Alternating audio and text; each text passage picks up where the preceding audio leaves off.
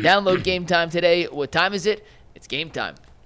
All right, coordinator change, guys. Ken Dorsey now the play caller for the Browns. Jason, you alluded to it. None of it makes sense. Are you guys, Jay and Bull, aligned with Jason that this just screams? I have one problem with it. First thing I thought of. I have one problem with it. We talk about controls in the experiment.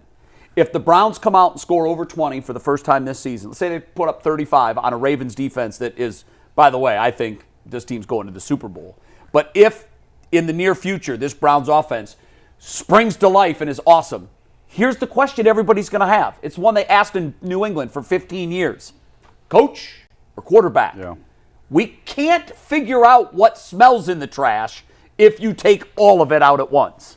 And so they I had don't. Tom Brady. We have Jameis Winston. But here's the problem, Bull. Yeah. If they play great in 2 weeks, because I'm not giving them any, they're not going to play great against Baltimore. Let's say they do. I don't know. Baltimore's defense is not that great. I think Baltimore is a Super Bowl caliber team. I just do. But let's just say that they play great. They put up a 35 on Baltimore. Yeah. What is the number one topic of conversation going to be the following Monday? Quarterback or play caller? That's it. Well, was this, oh my God, Ken Dorsey's walking on water? Or there's going to be a fraction of the fans that say, oh my God, Jameis Winston is this year's Joe Flacco. I know, but we don't know what it is. Well, Ken Dorsey was a horrific play caller in Buffalo. And the offense took But off he had when a left. history of being a good play caller. But he had done a good job the year before. This is ridiculous. There's no way, Kevin. There's no way he made this choice on his own, right? Why is he such a wimp? Why does he let Jimmy push him around? I don't know. You know, listen, I wouldn't be surprised if at 3 o'clock today I read that Kevin Stefanski has issued his resignation. No, because then he doesn't get his money. Make him fire you. He's going to get his money. He's going to end up in Philadelphia, guys. Oh, my gosh. That's where he's going. I don't know. I mean, listen, Kevin Stefanski deserves plenty of criticism for this year. He's not immune from it. Yes. He is absolutely I would not fire him because I'm not going to fire a coach for having one bad season. We don't generally, you fire a coach because he's shown you a track record that he can't get the job done. That's why I'd fire Zach Taylor. I wouldn't fire Kevin Stefanski because I feel like he's overachieved overall. Is he begging them to? I don't know. I don't know what's going on here. And listen, we don't know that this was not his choice. It just seems to make no sense. Like if you're going back to have you? What are they going to been play? in Spread with communication with Jameis? Zach? Like, are you hearing anything? No, no. This just I know. happened. I thought maybe you were getting text from. No, because they're still in the press conference, and then availabilities and the locker room opens at 12:45. I'm headed there right after the show. I was going to go to the locker room today. I don't have any more information than anybody else does at this point. It just doesn't. It's just not logical. If you're going to make Dorsey the play caller, make him the play caller at the beginning of the season. This is his system allegedly, and Deshaun's the quarterback for the system. But to do it when Deshaun goes down makes no sense. Makes zero. And as you're transitioning back last week, he was very much transitioning back. At least to me, it looked like he was transitioning back. Do you think that could have had anything to do with it? That DePodesta and Haslam saw that, here comes his old offense creeping back. We've got to do something. I don't know. I'm sorry. I wish I could give you great answers. I don't know. Look, I don't know either. I'm just making a guess. It didn't look any better. They didn't move the ball last week. I mean, Deshaun was on pace finally for 200 yards, but it was all this. Sure. But, I mean, whatever. The numbers were decent, but the offense wasn't really moving the ball all that well. Who knows? No, they weren't. There is no – this defies logic. This is just throwing it at the wall and seeing what sticks. I just got a text from somebody that would have insight on this, and they said – it's got to be Jimmy. I mean, well, think of the train of thought here. Yeah. They fired AVP this summer. Well, let's go chronologically. They fired AVP this summer. They brought in Ken Dorsey to implement a spread RPO system to fit what Deshaun wanted, right? Yep. You tell me when I go astray here. Yeah, the only thing you left out is they pretty much cleaned house on the offensive side.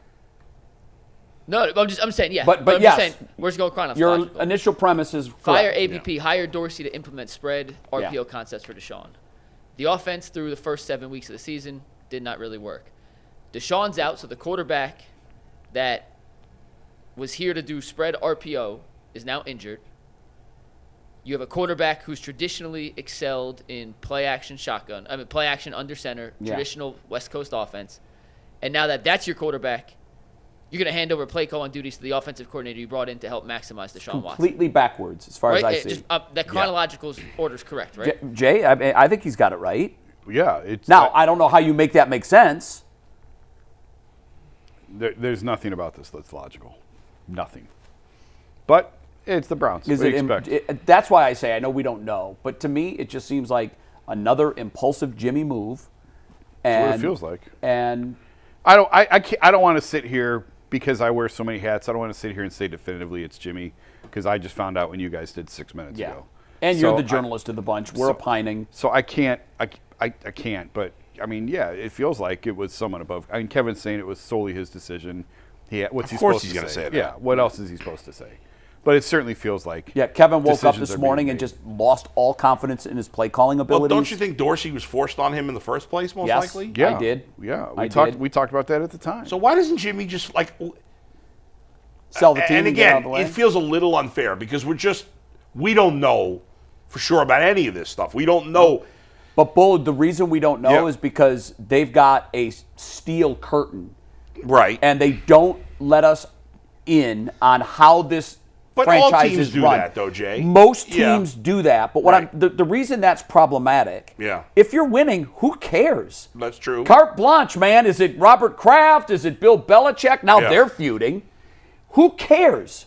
But when you're not winning, your shareholders are us, the media and the fan base. We're the shareholders because if we go away, there is no team. If we stop going to games, there's a problem. Yeah. But so you have to have a level of transparency. And here's what we know. Paul DePodesta holds the title of Chief Strategy Officer.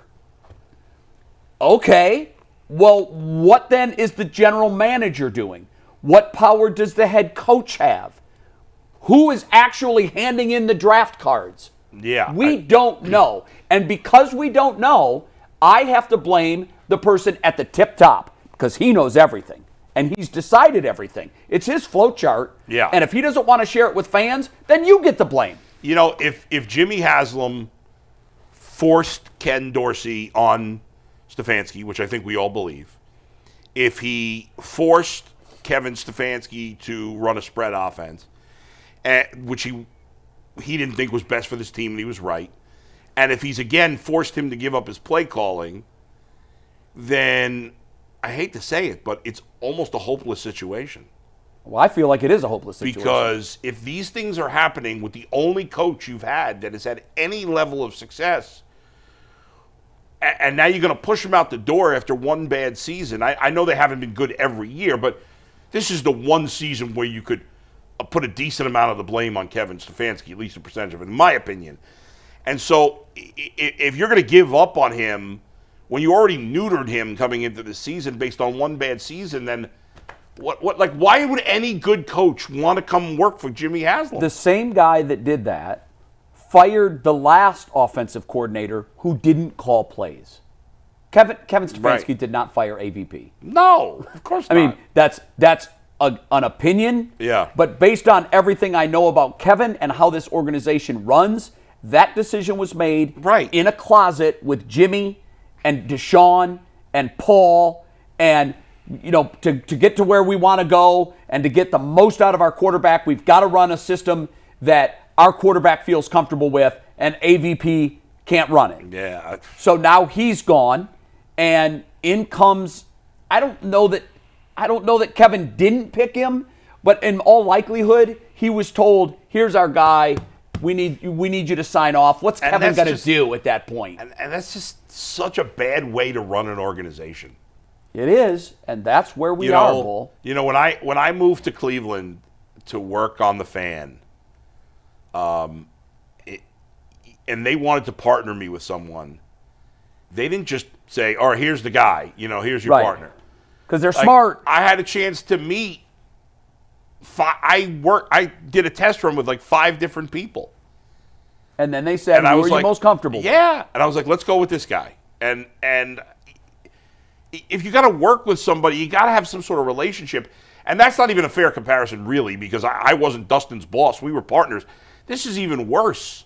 Kevin's the boss. Because Kevin's the boss. Allegedly. And, like, if you force the number 2 guy on him, it makes it feel like he has no power, and the players know this is going on. The arrogance of the organization to feel like they know better than the guys on the field. Yeah. Well, it's what I've told you before about the opinions that that were shared with me from people like yourself that are really in the weeds and cover the NFL. Not just one team, they cover all 32, and they're inside all 32. They have people inside. And what was shared with me by multiple individuals that have this view is that the Haslams tend to think they're the smartest owner in the room when the other 31 are looking at them laughing that this guy is not only ignorant but arrogant enough to think that he knows what they don't. It's always cringeworthy when stupid people think they're smart. And this is This is the first time where I really think like they're just going to blow the whole building out at the end of the year. Everybody's gone. And then wash, rinse, repeat will start all over again. And a lot of fans are going to be happy with that. Do you think Paul DePodesta will be part of that house cleaning? I have no idea. We'll find out exactly what he has on Jimmy Haslam. I always thought that was like, okay, this is trending bad. Let's wait and see what happens. And then 11 minutes ago is when I thought, they're just going to blow everybody out. That's what's going to happen.